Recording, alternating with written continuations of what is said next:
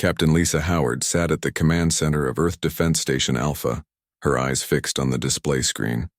The room was quiet except for the soft beeping of monitoring equipment. It was her 5th year as captain, and most days were routine, tracking satellites, coordinating with Mars Colony, running drills. But today was different. "Captain, we're picking up an unusual signal," said Officer Paul Baker, his voice breaking. The silence. "It's coming from beyond Neptune's orbit." Lisa stood up and walked to his station. "Show me." The pattern on the screen pulsed rhythmically. Not random, definitely not natural. "How long has it been broadcasting?" she asked. "First detected 18 minutes ago. It's getting stronger." Lisa touched her communication badge. "Get me Admiral Morrison and Dr. Freeman, now." Within an hour, Earth Defense Fleet Headquarters was buzzing with activity. Admiral Kate Morrison, a tall woman with gray-streaked hair and eyes that missed nothing, stood at the head of the conference table. "The signal is definitely artificial," said Dr. Alan Freeman, chief scientist of the Earth Defense Initiative. He was in his 50s with kind eyes behind wire-rimmed glasses. "And it's not using any known human communication protocol." "Are you saying what I think you're saying, Doctor?" asked Admiral Morrison. Dr. Freeman nodded. "Yes, we are not alone. And whoever they are, they're coming our way." Lisa studied the trajectory map. Based on their speed and direction, they'll reach Earth orbit in 7 days. Admiral Morrison turned to Commander John Clark, Earth's top diplomat. "John, we need first contact protocols ready immediately." Commander Clark nodded. He was younger than the others, only 40, but had proven himself brilliant at negotiation during the Mars colony disputes. "I'll prepare multiple approaches." "And if they're not friendly?" Lisa asked, voicing what everyone was thinking. Admiral Morrison's face hardened. "Then we activate Protocol Sentinel." The room went quiet. Protocol Sentinel was classified at the highest level. Only those in this room knew of its existence. A defense system developed after Earth scientists discovered evidence of previous alien visitations in ancient ruins. For the next 3 days, Earth's defense forces went on high, alert while trying to maintain public calm. Then, the incoming vessels became visible through the deep space telescopes. "My God," whispered Lisa as the images appeared on screen. "They're massive. 7 ships, each larger than anything humans had built, moved in perfect formation. Their design was unlike anything in Earth's records, angular with strange protrusions that glowed purple against the blackness of space." Dr. Freeman analyzed the data coming in. "They're using some kind of propulsion system I've never seen before, and their energy readings are off the charts." "Can we communicate with them?" Admiral Morrison asked. "We've been broadcasting welcome messages in all formats," Commander Clark replied. "Nothing back yet." Then, on the 4th day, the response came. "Incoming transmission," Officer Baker announced. It's in English." The main screen flickered, and an alien face appeared. It was humanoid, but clearly not human. Skin a pale blue with ridges where eyebrows would be, and eyes that were entirely black. "People of Earth," the alien spoke, its mouth moving strangely around the words. "I am High Commander Krell of the NIGMA Empire. We have studied your transmissions and learned your primary languages. We come seeking resources." Commander Clark stepped forward. "Hi, Commander Krell. I am Commander John Clark of Earth. We welcome peaceful contact with your civilization and would be happy to discuss trade." The alien interrupted with what sounded like a laugh. "Trade? You misunderstand. The NIGMA Empire does not trade. We take what we need from lesser civilizations." Admiral Morrison joined Clark. "With respect, High Commander, Earth is not a lesser civilization. We suggest you reconsider your approach." Krell's expression didn't change. "Your species has barely left its own solar system. Your technology is primitive. Your defenses are insufficient. We will begin harvesting operations in your oceans and mining facilities within 3 of your Earth days." The transmission ended abruptly. The room erupted in urgent conversation until Admiral Morrison slammed her hand on the table. "Enough. We knew this day might come. Now we prepare." She turned to Lisa. Captain Howard, ready the fleet. All ships, on combat footing. To Dr. Freeman. Doctor, is the sunburst operational?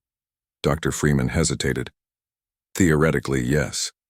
But we've never tested it at full capacity. The electromagnetic pulse it generates could have unpredictable effects. Then predict them, Admiral Morrison said firmly. We need options. As everyone rushed to their stations, Commander Clark stayed behind.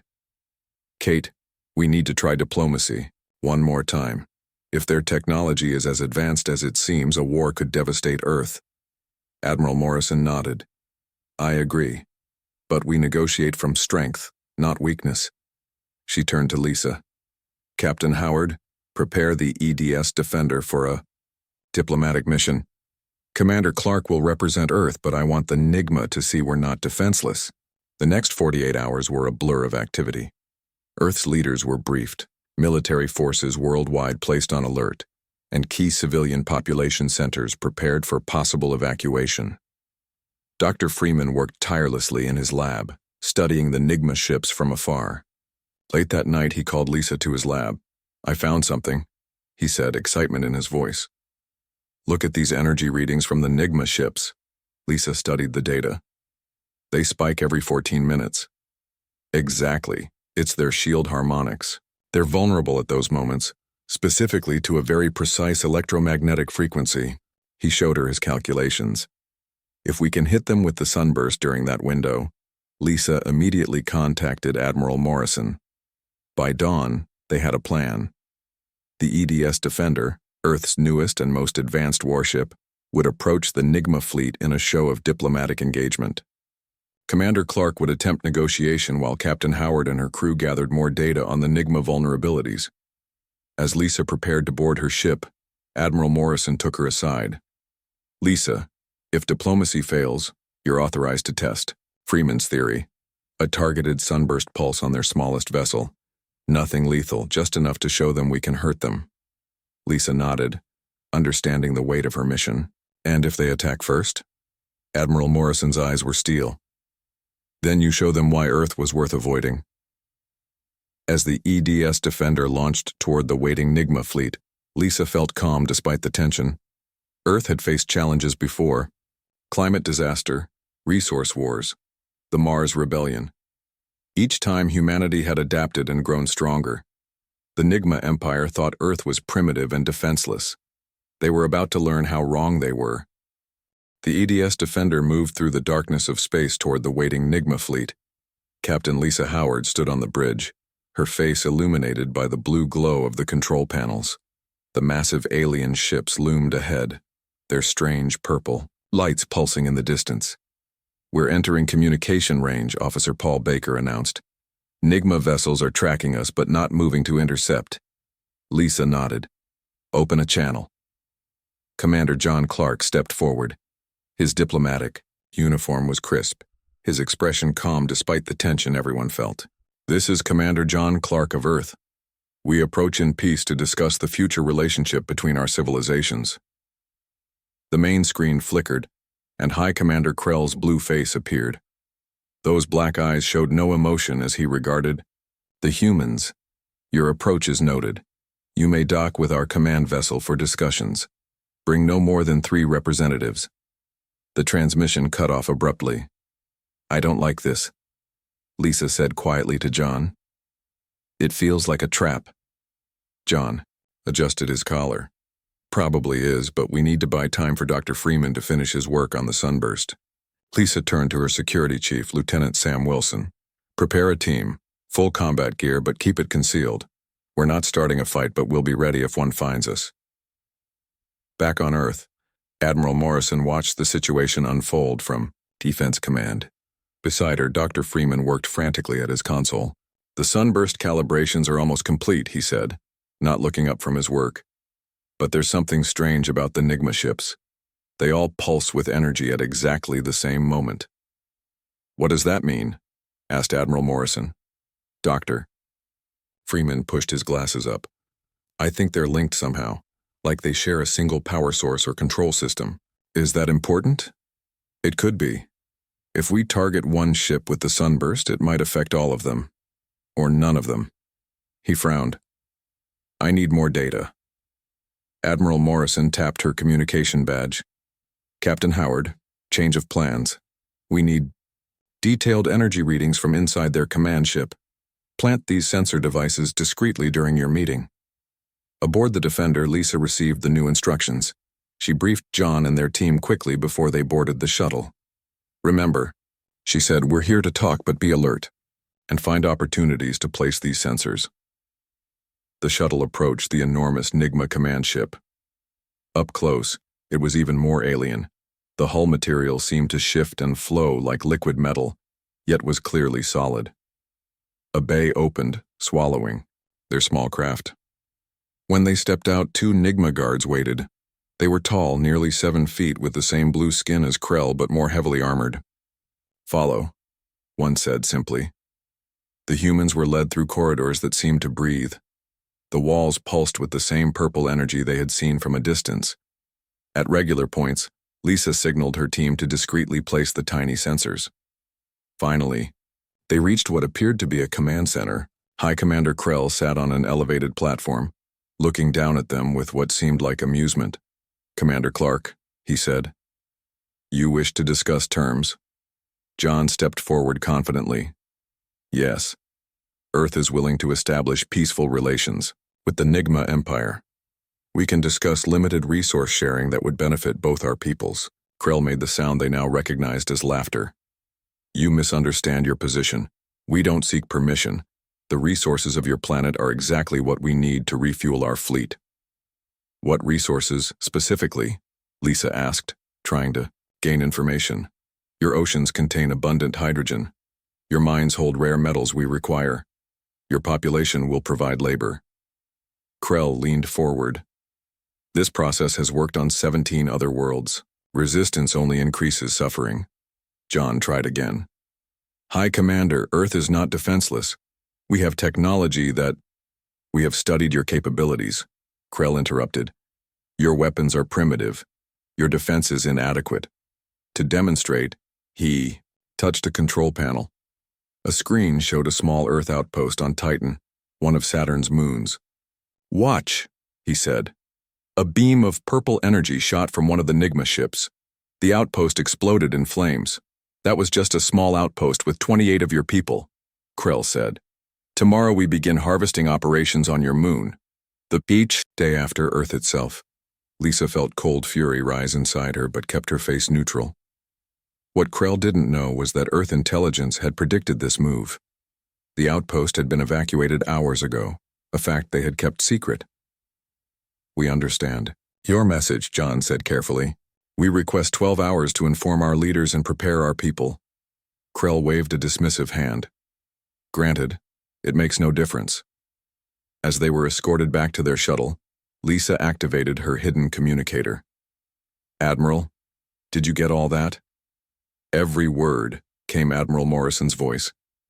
And the sensors are working perfectly. Return immediately. It's time for Plan B. Back on the Defender, Lisa gathered her crew. Set course for Earth, maximum speed. Once they were safely away from the NIGMA fleet, she opened a channel to Earth, Defense Command. The main screen showed Admiral Morrison with Dr. Freeman beside her. The outpost was empty, just as we predicted, Lisa reported.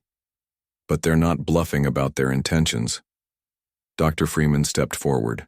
Captain, the sensor data you collected is invaluable. The NIGMA ships are indeed connected through some kind of quantum entanglement, and I've confirmed their vulnerability to our electromagnetic pulse technology. Admiral Morrison's expression was grim. Then we proceed with the warning demonstration. Captain Howard, once you're back in Earth orbit, prepare the Sunburst for deployment against their smallest vessel. What about diplomatic options?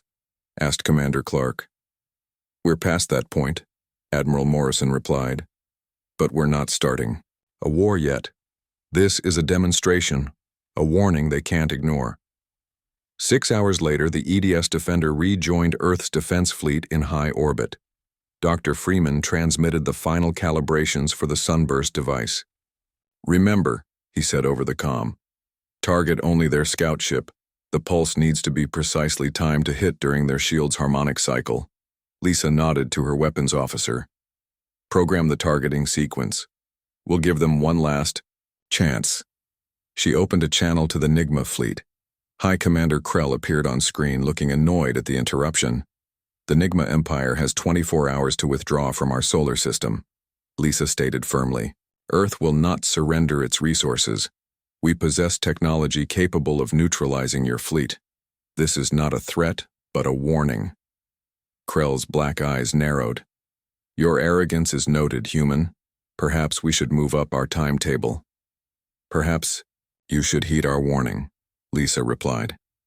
We would prefer peace, but we are prepared for the alternative. She cut the transmission and turned to her crew. They won't listen. Prepare to demonstrate exactly how primitive Earth technology can be. The bridge of the EDS Defender was silent as Captain Lisa Howard watched the countdown timer. In 20 minutes, they would demonstrate Earth's power to the NIGMA fleet. She hoped it would be enough to make them leave without further conflict. Any response to our warning? She asked Officer Baker. Nothing official, he replied. But 3 of their smaller ships have moved to protective positions around their command vessel. Lisa nodded. They're preparing for an attack, but don't believe we can hurt them. The ship's communication system chimed. Captain Admiral Morrison is calling. The main screen showed the Admiral's face. She looked tired but determined. Captain Howard, is the Sunburst ready? Yes, Admiral. Target locked on their smallest scout ship. Dr. Freeman's calculations show their shield harmonics will be at their weakest point in 18 minutes. Good. The Admiral paused.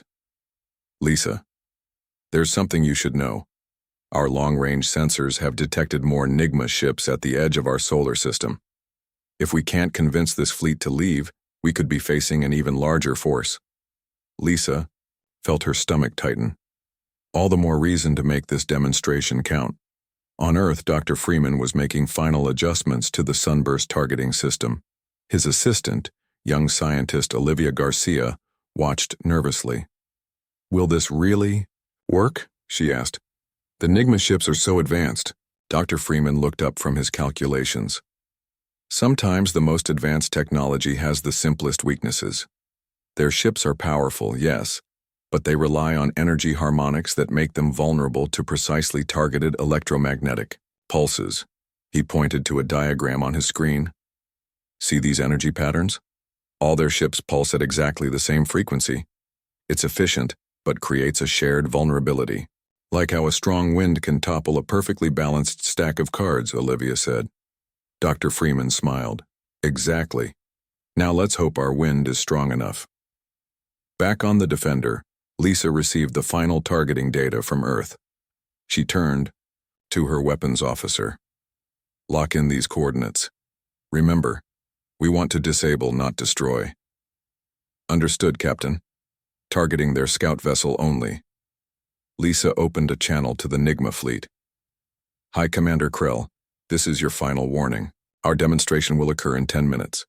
We have targeted your smallest vessel with non-lethal force. After you witness our capability, we ask that you reconsider your position. The screen remained dark for several seconds before Krell's face appeared. Your persistence is becoming irritating, human. Perhaps when we begin harvesting operations on your planet, we will start with your military installations. Lisa kept her voice calm. Then observe carefully, Commander. As the countdown reached 2 minutes, Lisa ordered her crew to battle stations. All hands, secure for electromagnetic pulse deployment. Communications might be disrupted temporarily. Eddie, exactly the designated time, Lisa gave the order. Fire Sunburst. There was no visible beam, no explosion, nothing to see with the naked eye. For a moment, Lisa feared it hadn't worked. Then Officer Baker called out. Direct hit. Their scout ships' systems are powering down. Life support appears functional, but propulsion, weapons, and communications are offline.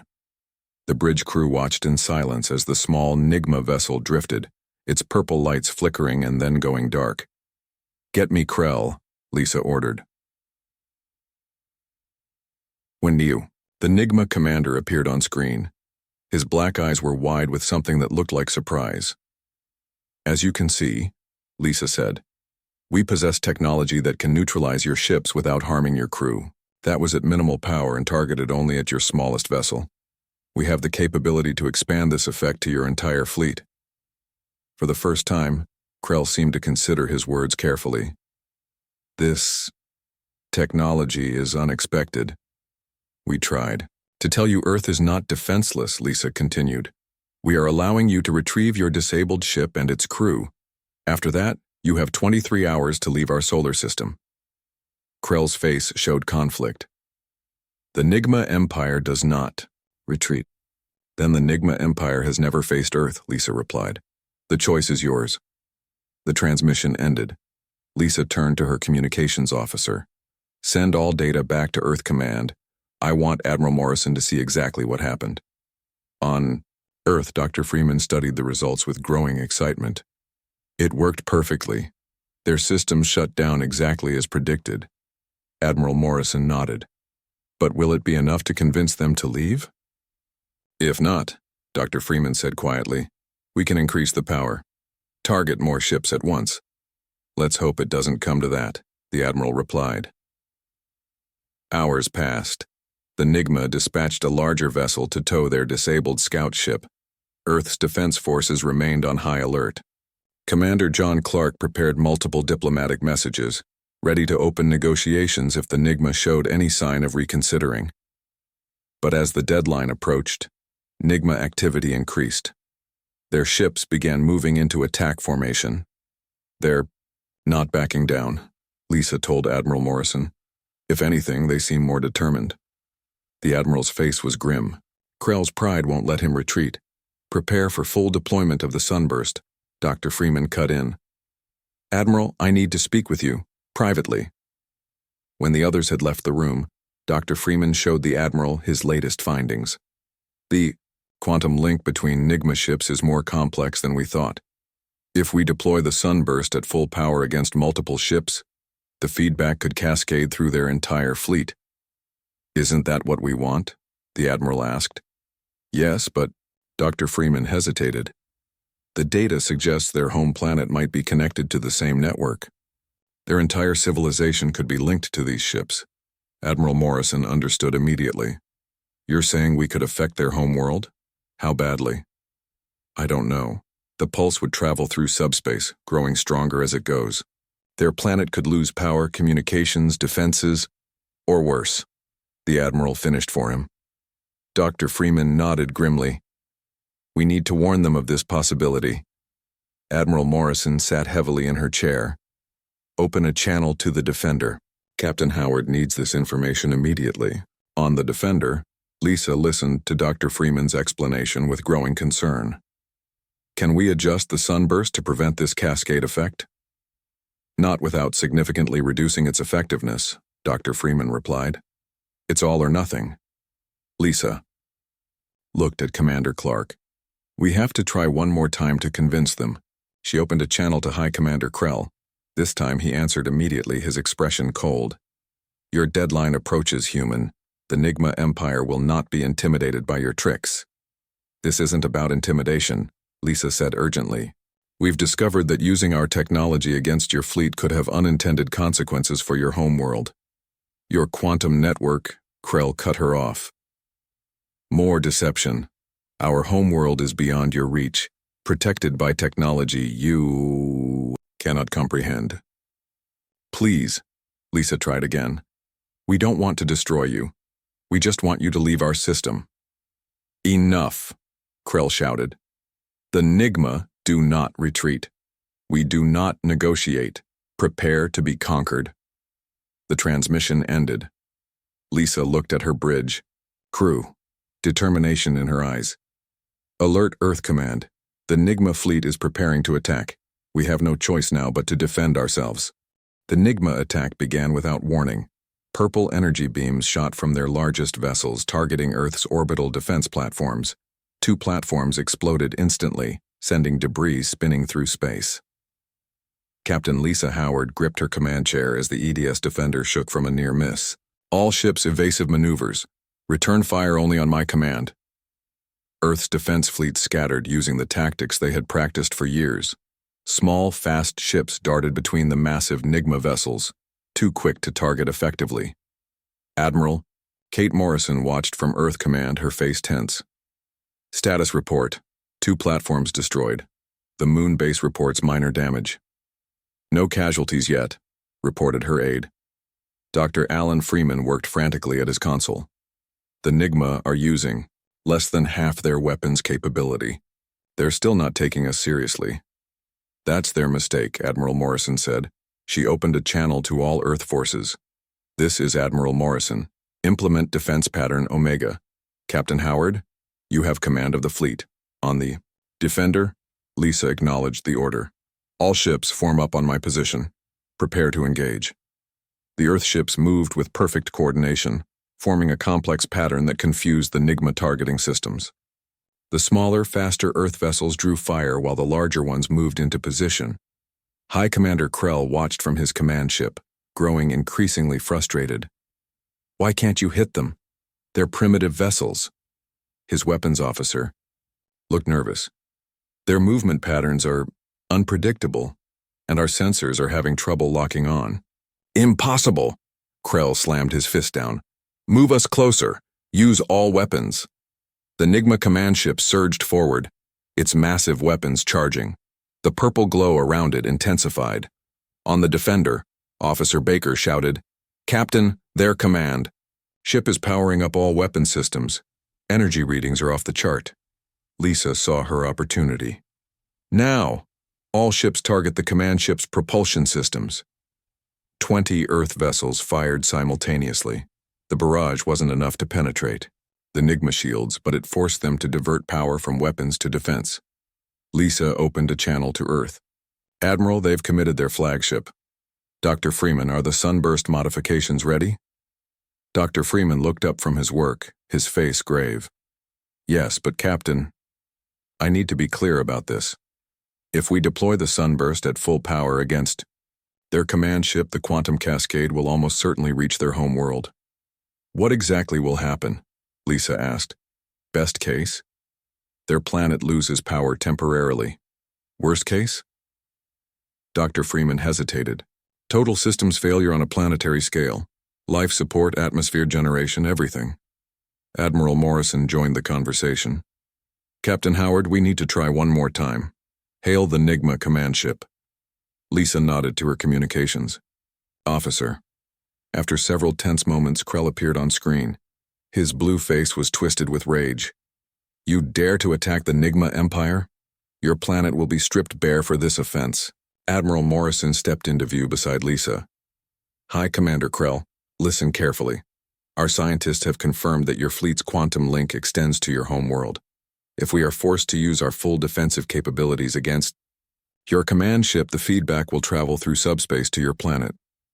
For a moment, something like uncertainty crossed Krell's face. Then he laughed. Another bluff. Our home world is protected by technology beyond your comprehension. A NIGMA officer approached Krell, speaking quietly. Krell pushed him away angrily. Dr. Freeman leaned in. That officer knows I'm right. Their scientists must have realized the danger. Lisa tried one last time. Commander Krell, we don't want to destroy your civilization. Please, withdraw your fleet now. The NIGMA do not withdraw, Krell shouted. We have conquered hundreds of worlds. Earth will be no different. The transmission cut off abruptly. Admiral Morrison's expression hardened. We've done everything possible to avoid this. They leave us no choice. She straightened her uniform. Captain Howard, you are authorized to deploy the sunburst at full capacity. Lisa nodded solemnly. Understood, Admiral. She turned to her. Weapons officer, target their command ship, wait for my order. As the Earth fleet continued its defensive pattern, Lisa opened a private channel to Dr. Freeman. Doctor, is there any way to minimize the damage to their home world? Dr. Freeman's voice was heavy. If we time the pulse to hit during their shield's weakest moment, it might reduce the cascade effect, but I can't guarantee anything. Do it, Lisa said. Send the timing calculations to all ships. The battle intensified. 2 more Earth vessels were hit, their crews ejecting in escape pods. The NIGMA pressed their attack, confident in their superior firepower. Sunburst ready, reported the weapons officer. Optimal firing window in 30 seconds. Lisa opened. A fleet-wide channel. All ships prepare to deploy Sunburst on my mark. Target the command ship only. The seconds counted down. Lisa thought of all the attempts they had made to avoid this moment. The warnings, the demonstrations, the pleas for peace. Firing window in 5, 4, 3, 2, 1. Lisa took a deep breath. Fire. Every Earth vessel released its sunburst pulse simultaneously. The combined electromagnetic wave hit the NIGMA command ship at precisely the moment its shields cycled. For a second, nothing seemed to happen. Then the purple lights on the command ship flickered. The massive vessel stopped moving. Direct hit, Officer Baker reported. Their systems are shutting down. But the effect didn't stop there. Like a wave rippling outward, the pulse spread to the nearby NIGMA ships. One by one, their lights flickered and died. It's working, someone shouted. Lisa felt no triumph, only grim satisfaction that Earth would survive, mixed with deep concern for what might be happening light years away. Maintain defensive positions, she ordered, and prepare rescue operations for the NIGMA crews. On Earth, Dr. Freeman watched his instruments with growing alarm. The cascade effect is stronger than I predicted. The quantum link is carrying the pulse through subspace, gaining strength as it travels. Admiral Morrison stood beside him. How long until it reaches their homeworld? At subspace speeds, 3 days, maybe less. Is there anything we can do to stop it? Dr. Freeman shook his head slowly. No. The pulse is self-sustaining now. All we can do is hope their planetary defenses are as strong as Krell believed. In space, Lisa directed the rescue of NIGMA crew members from their disabled vessels. Most were confused, some hostile, but a few seemed almost relieved. One NIGMA officer, who identified himself as Science Director Mal, asked to speak with Earth's leaders. His face was grim as he was brought before Lisa and Commander Clark. Your warning was correct, he said quietly. Our ships are quantum-linked to our planetary systems. Our homeworld is in grave danger. Commander Clark leaned forward. Is there anything we can do? Mal looked down. No. High Commander Krell knew this. Our scientists tried to tell him, but he wouldn't listen. Pride has always been the NIGMA's greatest weakness. Lisa felt a chill. What will happen to your planet? Our world is dying, Mal explained. We depleted our resources centuries ago. Now it survives only through artificial means. Atmosphere, generators, temperature regulators, power distribution systems. If those fail, he didn't need to finish the sentence. Everyone understood. 3 days later, Earth's long-range sensors detected a massive energy surge in the Andromeda Galaxy. The NIGMA homeworld systems had failed catastrophically. As the disabled NIGMA fleet orbited Earth, their crews learned the truth. Their home was gone, their empire had fallen, all because they wouldn't listen to a warning from a primitive species. 6 months after the battle, the Earth Defense Council met in their rebuilt headquarters. The room was solemn as Admiral Kate Morrison stood to address the gathered leaders. Today marks half a year since the NIGMA conflict ended, she began. The rebuilding of our orbital platforms is complete. The moon base is fully operational again. But we are not here to discuss our recovery. We are here to decide the fate of our guests. All eyes turned to Science Director Mal, who sat quietly at one end of the table. He was one of 4,000 NIGMA survivors now living in a settlement on Earth's northern plains. Director Mal, Admiral Morrison continued, please share your report. Mal stood, his blue skin now familiar to everyone present. Thank you, Admiral. The news from our scout ships is final. Our homeworld is gone. The atmospheric generators failed completely. The surface is now uninhabitable. The 12 colony worlds of the NIGMA Empire have declared independence. Our civilization as we knew it has ended. Commander John Clark broke the silence that followed. And High Commander Krell? He refuses to speak, Mal replied. He sits in his quarters at the settlement and sees no one. The weight of his pride has crushed him. Captain Lisa Howard entered the room, nodding to Admiral Morrison before taking her seat. She had spent the past months working closely with the NIGMA survivors. learning their language and customs. The remaining NIGMA have requested permanent asylum on Earth, she reported. Most have skills that could be valuable to us: engineers, scientists, medical workers. They understand they would live under Earth laws. Dr. Alan Freeman added, "Their technology, what we've been able to salvage from their ships, is remarkable. Their energy systems alone could advance our capabilities by decades." Admiral Morrison nodded. "That brings us to our decision. Do we accept these people as refugees and integrate them into Earth society?" The debate lasted hours. Some council members feared hidden revenge plots. Others worried about cultural conflicts. A few raised concerns about resources. Finally, Lisa stood again. "May I speak freely?" Admiral Morrison nodded. "The NIGMA Empire made a terrible mistake. They ignored our warnings out of pride and arrogance. But those before us now are not the ones who made that decision. They are survivors just as we would be if our positions were reversed." She paused. "Moreover, they have learned what we tried to teach them. That strength without wisdom leads to destruction." The room was quiet as her words sank in. "I recommend we accept their request for asylum," she finished. "Not just because it's the compassionate choice, but because it's the wise one." The vote was unanimous. Earth would welcome the NIGMA refugees. 1 week later, Lisa visited the NIGMA settlement. The survivors had built simple structures that resembled their architectural style, with curved walls and doors that slid upward. Children played in a central area, already adapting to Earth's gravity and sunlight. Mal greeted her at the entrance. "Captain Howard, welcome. Our people have received the news of your council's decision. We are grateful." It was the right thing to do, Lisa replied simply. As they walked through the settlement, Mal gestured to various buildings. "We have established our first school here. Many of our young ones never saw our home world. Earth will be the only home they know." He led her to a workshop where NIGMA engineers worked alongside humans from Dr. Freeman's team. "We are teaching your scientists about our energy systems, as promised. In return, they help us understand Earth's ecosystem." "And how are your people adjusting?" Lisa asked. "Better than expected. The hardest part is accepting that our empire is gone. For centuries, we defined ourselves by conquest and power. Now we must find a new identity." They stopped at a small building separated from the others.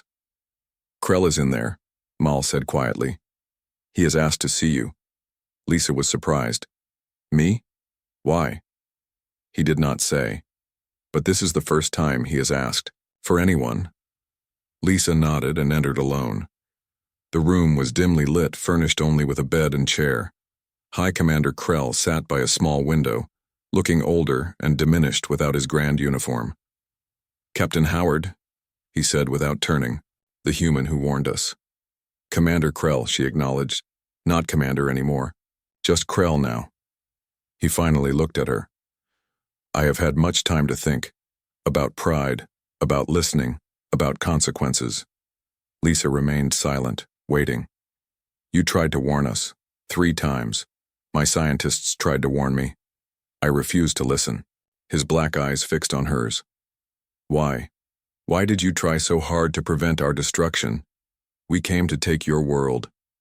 Lisa considered her answer carefully. "Because that's the difference between your empire and Earth.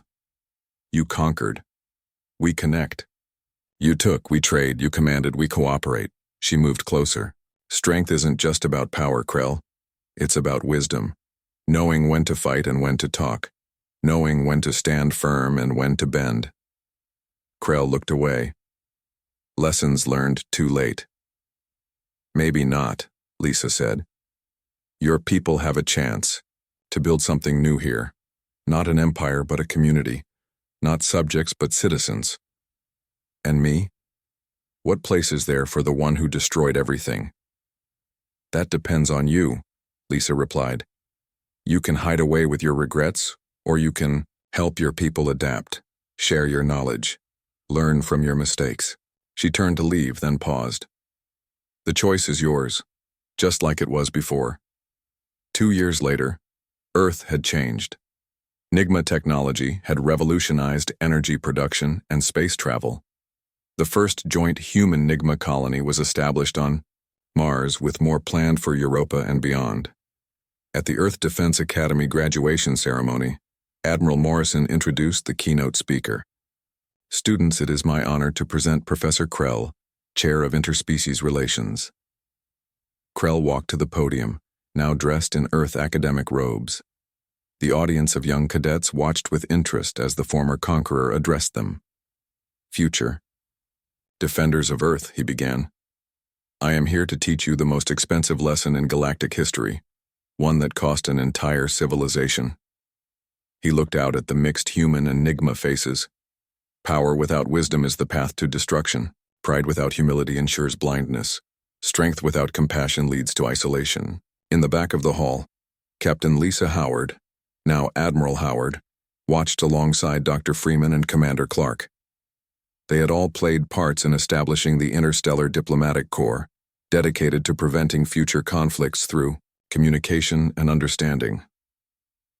The NIGMA Empire ignored Earth's warning, Krell continued, his voice carrying to every corner of the hall. Our planet is gone, but something new has emerged from that loss, a partnership that makes both our peoples stronger. As the speech ended and applause filled the room, Lisa thought about the long journey from that first contact to today. The NIGMA had come as conquerors, but remained as allies. Earth had faced destruction, but emerged as a leader in interstellar diplomacy. The warning had been ignored, but the lesson had been learned. And perhaps that was the greatest victory of all.